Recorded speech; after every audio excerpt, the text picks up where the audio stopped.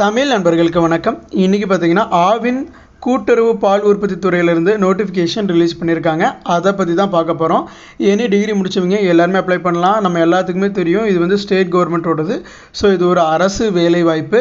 So கடைசி தேதி பார்த்திங்கன்னா ஆகஸ்ட் 19க்குள்ளே இந்த வேலைவாய்ப்புக்கான விண்ணப்பத்தினை நம்ம அப்ளை பண்ணணும். இல்லைனா அதுக்கப்புறம் நம்ம அப்ளை பண்ண முடியாது. ஸோ இதை பற்றின ஒரு கம்ப்ளீட்டான இன்ஃபர்மேஷன் இந்த வீடியோவில் பார்க்கலாம். யூபிஎஸ்சி ரிலீஸ் பண்ணுற ஐஏஎஸ் எக்ஸாம் நோட்டிஃபிகேஷன்லேருந்து டிஎன்பிஎஸ்சி, எஸ்எஸ்சி, ஆர்ஆர்பி, ஐபிபிஎஸ் என எந்த விதமான கவர்மெண்ட் ஜாப் நோட்டிஃபிகேஷன்ஸ் ரிலீஸ் ஆனாலும் சரி, இல்லை டிசிஎஸ்ல ஃப்ரெஷர்ஸ் ஹையர் பண்ணிட்டு இருக்காங்க, இன்ஃபோசிஸ், விப்ரோ, ஹெச்சிஎல், டெக் மஹேந்திரா, இந்த மாதிரி எந்த விதமான பிரைவேட் ஜாப்ஸ் இருந்தாலும் சரி, அந்த இன்ஃபர்மேஷனை உங்களுக்கு கொண்டு வந்து சேர்க்க வேண்டியது எங்களுடைய கடமை. அதுக்கு நீங்கள் பண்ண வேண்டிய ஒரே விஷயம், நம்ம சேனலை சப்ஸ்கிரைப் பண்ணி நோட்டிஃபிகேஷன்ஸை எனேபிள் பண்ணி வச்சுக்கோங்க. இந்த மாதிரி for instant job alerts follow us on social media. இதை பார்த்தீங்கன்னா அந்த ஆவின்லேருந்து வெளியிட்டிருக்கக்கூடிய அஃபிஷியலான எம்ப்ளாய்மெண்ட் நோட்டிஃபிகேஷன். ஸோ என்னென்ன போஸ்ட் இருக்குது அப்படிங்கிறத இங்கே ஃபர்ஸ்ட் பேஜ்லேயே கொடுத்துருக்காங்க. லாஸ்ட் டேட் நான் சொன்ன மாதிரியே ஆகஸ்ட் 19 மாலை 5:30 மணிக்குள்ளே நாம் இந்த போஸ்ட்டுக்கான அப்ளிகேஷன்ஸை நம்ம சென்ட் பண்ணி ஆகணும். இது வந்து offline mode of application. So வீடியோவை ஸ்கிப் பண்ணாமல் ஃபுல்லாக கம்ப்ளீட்டாக பாருங்கள். அப்போ தான் நீங்கள் எந்த டீட்டெயிலையும் மிஸ் பண்ணாமல் நீங்கள் கண்டிப்பாக அப்ளை பண்ண முடியும். ஸோ என்னென்ன போஸ்ட் இருக்குன்னா கிட்டத்தட்ட 6 விதமான போஸ்ட் இருக்குது. Project manager, marketing consultant, logistics consultant, consultant digital transformation, financial management analyst, application developer. So 6 vacancy contract basis தான். ஏன் அப்படின்னா இது வந்து நமக்கு டைரக்ட் ரெக்ரூட்மெண்ட் ஆவின்லேருந்து கண்டக்ட் பண்ணுறாங்க இல்லைங்களா.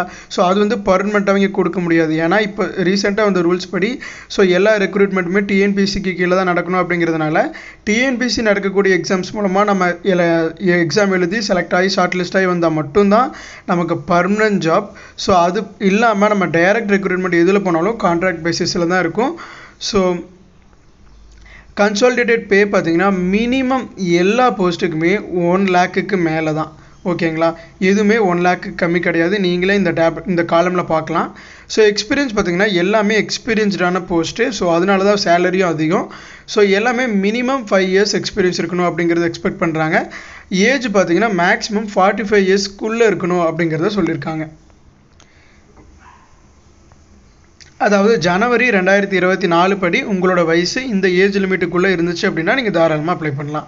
ஸோ இந்த கொடுத்துருக்கக்கூடிய குவாலிஃபிகேஷன் எக்ஸ்பீரியன்ஸ் இருந்தால் மட்டும் அப்ளை பண்ணுங்கள். ப்ளஸ் இந்த சேலரி பார்த்திங்கன்னா இது வந்து பேசிக் பே, அது கூட கன்சாலிடேட்டட் பே, ட்ராவல் அலவன்ஸ், டேர்னஸ் அலவன்ஸ், இது எல்லாமே இது இல்லாமல் எக்ஸ்ட்ரா இன்க்ளூட் ஆகும் அப்படிங்கிறத கொடுத்துருக்காங்க. ஸோ போஸ்ட் வைஸ் குவாலிஃபிகேஷன் கொடுத்துருக்காங்க. ப்ராஜெக்ட் மேனேஜருக்கு நீங்கள் பிஏ அல்லது பிடெக் எனி ஸ்ட்ரீம் டிகிரி முடிச்சிருக்கணும், அல்லது எம்ஏ எம்டெக் முடிச்சிருந்தீங்கனாலும் preferable. But mandatory BE BTech.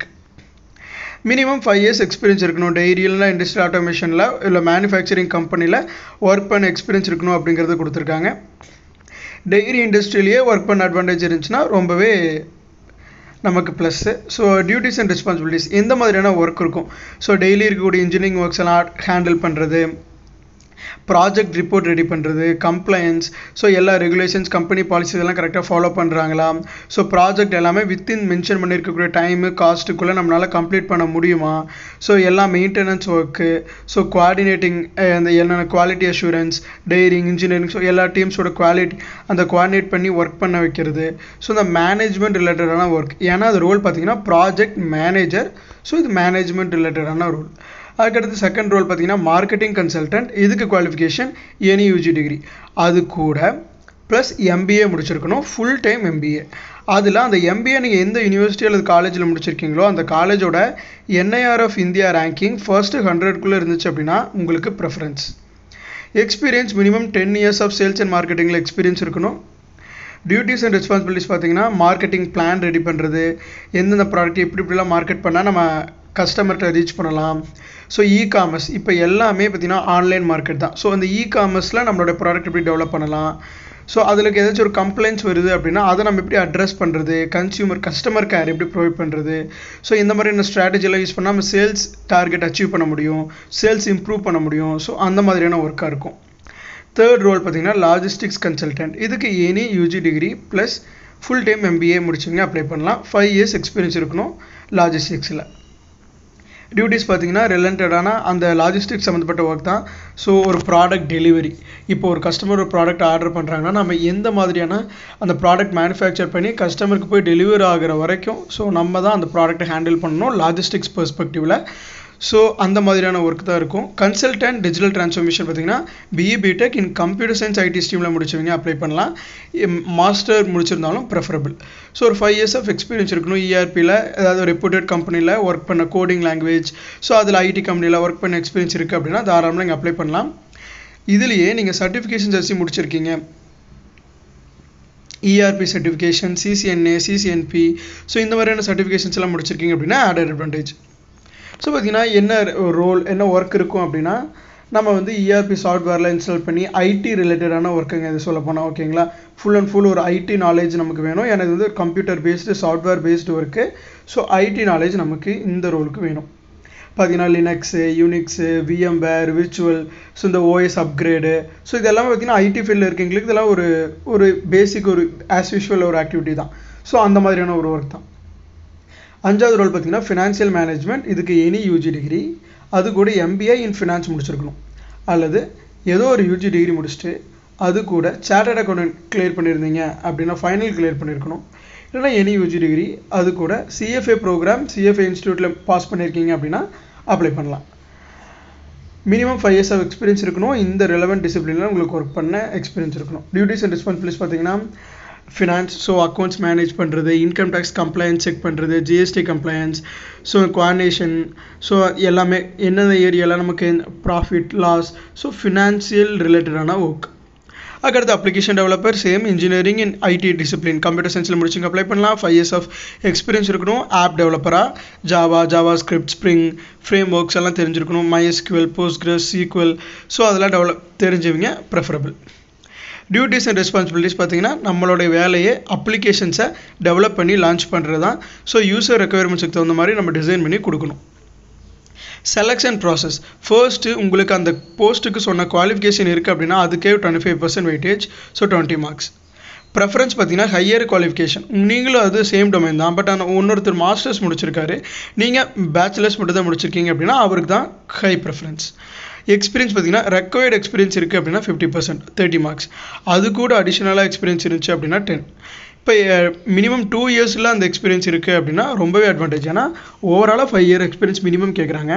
அது இல்லாமல் உங்களுக்கு ஒரு 7 years எக்ஸ்பீரியன்ஸ் இருக்குது டோட்டலாக. அப்போ உங்களுக்கு அதில் ஆடட் அடிஷ்னலாகவும் எக்ஸ்பீரியன்ஸ் இருக்குது. அது கூட அந்த 7 வருஷத்தில் ஏதோ 2 வருஷம் 3 வருஷம் வந்து நீங்கள் டைரி இண்டஸ்ட்ரியிலேயே ஒர்க் பண்ணியிருக்கீங்க அப்படின்னா ஸோ ரொம்பவே அட்வான்டேஜ். ஸோ ஸ்க்ரீன் டெஸ்ட், ஒரு ரிட்டன் டெஸ்ட் கண்டக்ட் பண்ணுவாங்க, மல்டிபிள் சாய்ஸ் கொஸ்டின் வச்சு, ஸோ 15%. ஸோ அதுக்கப்புறமா ஒரு ஓரல் இன்டர்வியூ கண்டக்ட் பண்ணுவாங்க. ஸோ ஓவராலாக இந்த 100 marksக்கு தான் உங்களுடைய எவால்வேஷன் இருக்கும். அதில் நம்மளுடைய மார்க் வச்சு தான் நமக்கு இந்த போஸ்ட் கொடுப்பாங்களா இல்லையா அப்படிங்கிறது டிசைட் ஆகும்.